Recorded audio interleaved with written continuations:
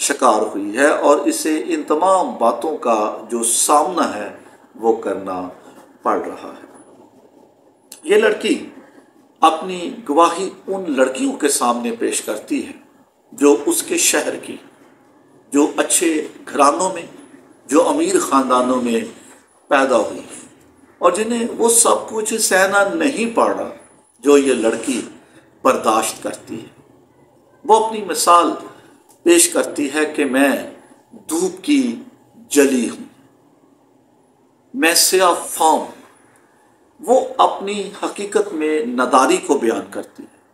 وہ اس ظلم و ستم کو بیان کرتی ہے جو اس کے ساتھ برتا گیا ہے۔ اس کے